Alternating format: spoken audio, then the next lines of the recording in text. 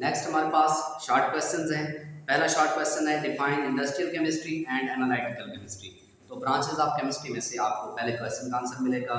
हमारे पास second question है how can you differentiate between organic and inorganic chemistry. Organic और inorganic chemistry जो है इसकी आपने डेफिनेशन लिखनी है और इसका स्कोप लिखना है।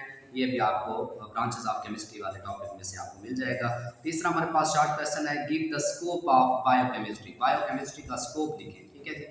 ये आप बायोकेमिस्ट्री वाले जो ब्रांच है केमिस्ट्री की उसमें जो आखिरी लाइन दी गई है, ठीक है, लास्ट वाली लाइन, उसको आप यहाँ पर लिखेंगे। उसके बाद चौथा हमारे पास शॉर्ट क्वेश्चन है how does homogeneous mixer differ from homogeneous mixer. के होमोजेनियस मिक्सर जो होते हैं वो हेट्रोजेनियस मिक्सर से किस तरह मुख्तलिफ होते हैं। तो आपने यहाँ पर होमोजेनियस मिक्सर जो है उसकी डेफिनेशन भी लिख लेनी है, उसकी एग्जांपल भी ऐड करेंगे। उसके बाद क्वेश्चन नंबर 5 है what is the relative atomic mass, how is it relates two grams. ठीक है जी, रिलेटिव एटॉमिक मास की तारीफ लिखनी है और उसका ग्राम से आपने ताल्लुक जोड़ना है। तो रिलेटिव एटॉमिक मास की डेफिनेशन आपको बुक से मिल जाएगी और ग्राम से वो आप लिखेंगे 1 EMU = 1.66 मल्टीप्लाइड बाय 10⁻⁻24 ग्राम। उसके बाद हमारे पास क्वेश्चन नंबर 6 है define empirical formula with an example. ये एम्पिरिकल फार्मूला जो है उसकी डेफिनेशन लिखनी है और उसकी आपने एग्जांपल देनी है। एम्पिरिकल फार्मूला क्या है कि simplest form of chemical formula, chemical formula की जो सादा तरीन शक्ल है वो एम्पिरिकल फार्मूला कहलाती है। उसकी आप एग्जांपल देंगे, जैसे ग्लूकोज है उसका एम्पिरिकल फार्मूला CH2 है, ठीक है। उसके बाद क्वेश्चन नंबर 7 है state 3 reasons why do you think air is a mixture and water is a compound. पूछ रहे हैं कि 3 आप ऐसी वजूहात बताएं जिसकी बुनियाद पर ये क्लैरिफाई हो सके कि एयर जो है वो मिक्सचर है और वाटर जो है वो एक कंपाउंड है। तो उसके लिए आपने 3 पॉइंट लिखे हैं। पहला पॉइंट आप कौन सा लिखेंगे कि एयर जो है इसके जो कंपोनेंट्स होते हैं उनमें कोई फिक्स रेशो नहीं होती, कोई फिक्स रेशो नहीं होती, ठीक है।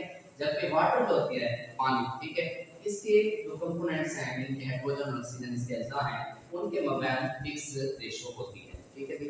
और उसके बाद सेकंड आप एग्जांपल ये लिखेंगे कि एयर जो है इसका कोई केमिकल फार्मूला नहीं होता, ठीक है। हवा जो है इसका कोई केमिकल फार्मूला नहीं होता, जबकि वाटर जो है उसका एक केमिकल फार्मूला होता है और वो फार्मूला क्या है H2। क्योंकि जितने कंपाउंड्स होते हैं उनका केमिकल फार्मूला होता है, मिक्सर का कोई केमिकल फार्मूला नहीं होता। और थर्ड पॉइंट आप ये लिखेंगे कि एयर जो होता है, ठीक है, इसके जो कंपोनेंट्स हैं, इसके जो अज्जा हैं उनको आप फिजिकल मेथड के जरिए अलग-अलग कर सकते हैं, फिजिकल मेथड के जरिए अलग-अलग किया जा सकता है। लेकिन वाटर जो है वो चूंकि एक कंपाउंड है तो उसके अज्जा हम फिजिकल मेथड के जरिए अलग-अलग नहीं कर सकते।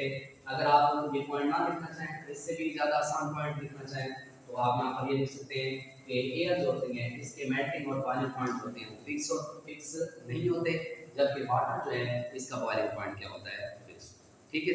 ये आप मिक्सर और कंपाउंड में जो फर्क दिया हुआ difference between mixer and compound उसमें से आप आसान से 3 पॉइंट जो है वो खुद चूज कर सकते हैं।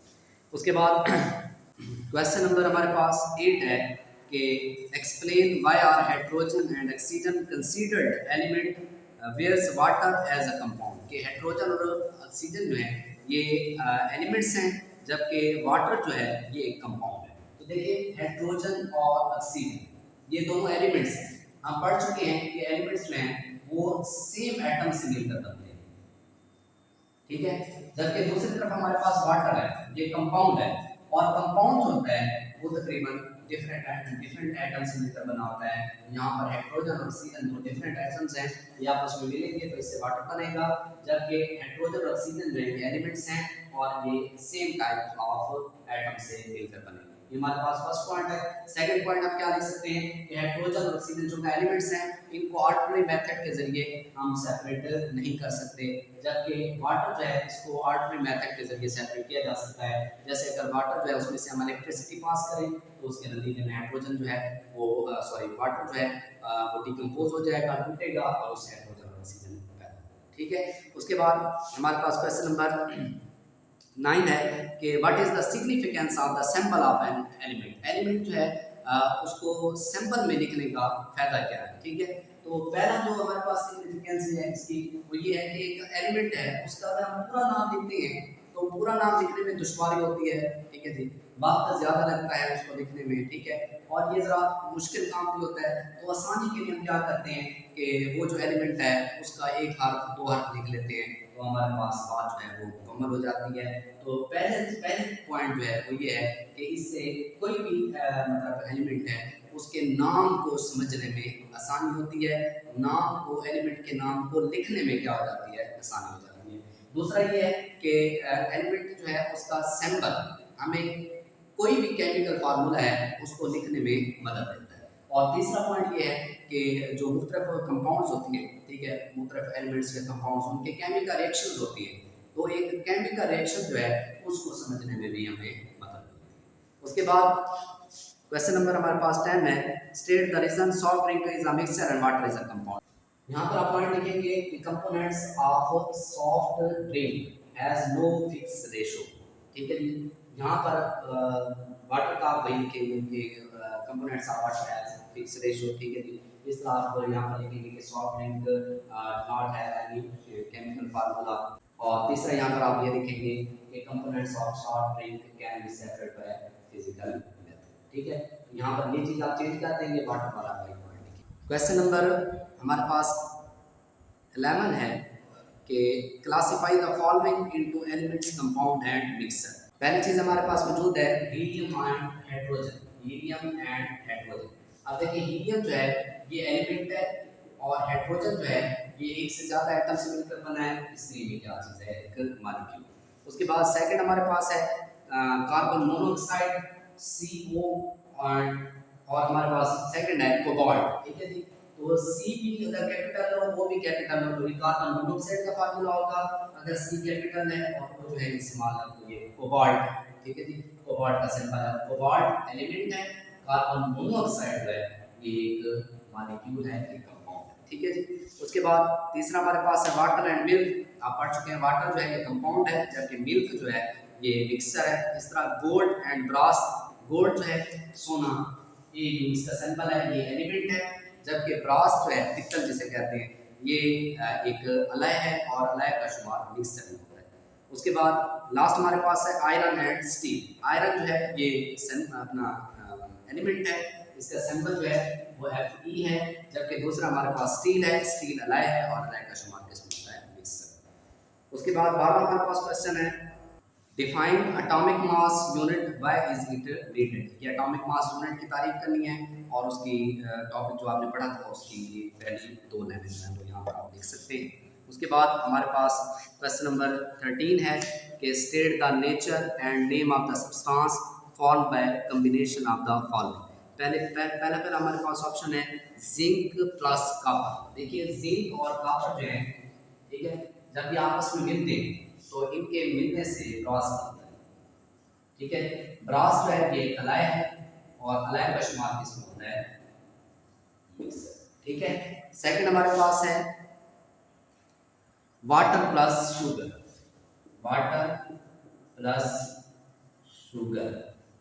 अब वाटर और शुगर जो है जब ये मिलेंगे तो इससे एक सॉल्यूशन बनेगा, ठीक है जी, यानी कि ग्लूकोज सॉल्यूशन बनेगा, और सॉल्यूशन जो है उनका शुमार हमेशा किसमें होता है, मिक्सचर में होता है। इस तरह तीसरा हमारे पास है कि एल्युमिनियम प्लस सल्फर। एल्युमिनियम और सल्फर जब आपस में मिलेंगे इससे एल्युमिनियम सल्फाइड बनेगा, एल्युमिनियम सल्फाइड। तो एल्युमिनियम सल्फाइड जो है ये एक कंपाउंड है, ठीक है जी। उसके बाद आयरन प्लस क्रोमियम प्लस निकल, आयरन क्रोमियम और निकल ये जब आपस में मिलेंगे इससे नाइट्रोम बनेगा, और नाइट्रोम जो है इसका शुमार अलय में होता है, और अलय का शुमार किसमें होता है, मिक्सर, ठीक है जी। क्वेश्चन नंबर 14 है differentiate between molecular mass and formula mass, which of the following have molecular formula. ये आपको बुक से मिल जाएगा, आपने मॉलिक्यूलर मास और फार्मूला मास जो है इसकी डेफिनेशन लिखनी है, एग्जांपल भी देनी है। नीचे उन्होंने कुछ फार्मूलाज दिए, इनमें से आपने चूज करना है कि कौन से मॉलिक्यूलर फार्मूलाज हैं। तो यहाँ पर 2 मॉलिक्यूलर फार्मूलाज हैं, एक H2O है और दूसरा H2SO4 है। बाकी जो 2 दिए गए हैं NaCl और Ki, पोटाशियम आयोडाइड, ये दोनों जो हैं ये फार्मूला यूनिट है, ठीक है जी। उसके बाद क्वेश्चन नंबर 15 हमारे पास है which one has more atoms, 10 gram of aluminium और 10 ग्राम ऑफ आयरन, ठीक ठीक है। अब यहाँ पर हमें उन्होंने दो चीजें बताई हैं। हमारे पास दो एलिमेंट हैं, एक हमारे पास है 10 ग्राम एल्यूमिनियम और दूसरा हमारे पास है 10 ग्राम आयरन, ठीक है। अब हमें ये बताना है कि 10 ग्राम एल्यूमिनियम में ज्यादा एटम्स होंगे या 10 ग्राम आयरन में, यानी कि दूसरे सवाल में यहाँ पर हमने नंबर ऑफ एटम्स जो है वो फाइंड करना है। हम पढ़ चुके हैं कि एटम्स, मॉलिक्यूल्स, आयंस जो है इनका शुमार पार्टिकल्स में होता है।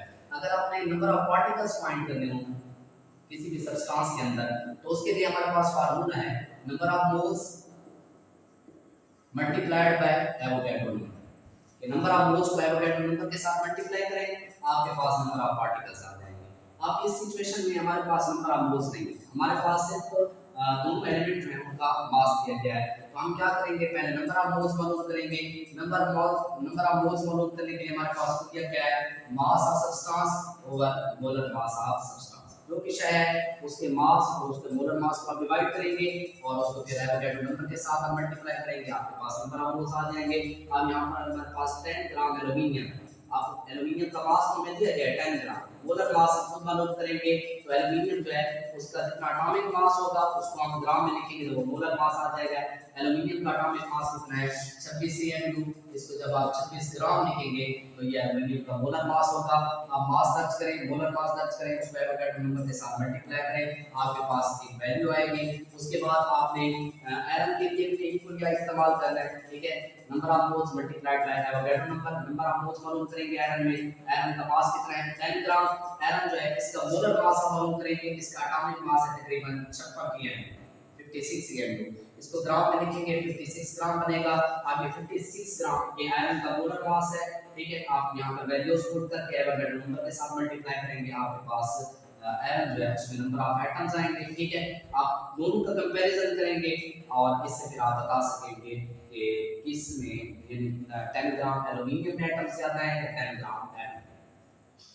यहाँ पर मैं आपको एक हिंट देता चलूं कि आपके पास अगर कोई एलिमेंट है जिस एलिमेंट का एटॉमिक मास ज्यादा होगा उसमें नंबर ऑफ एटम्स कम होंगे।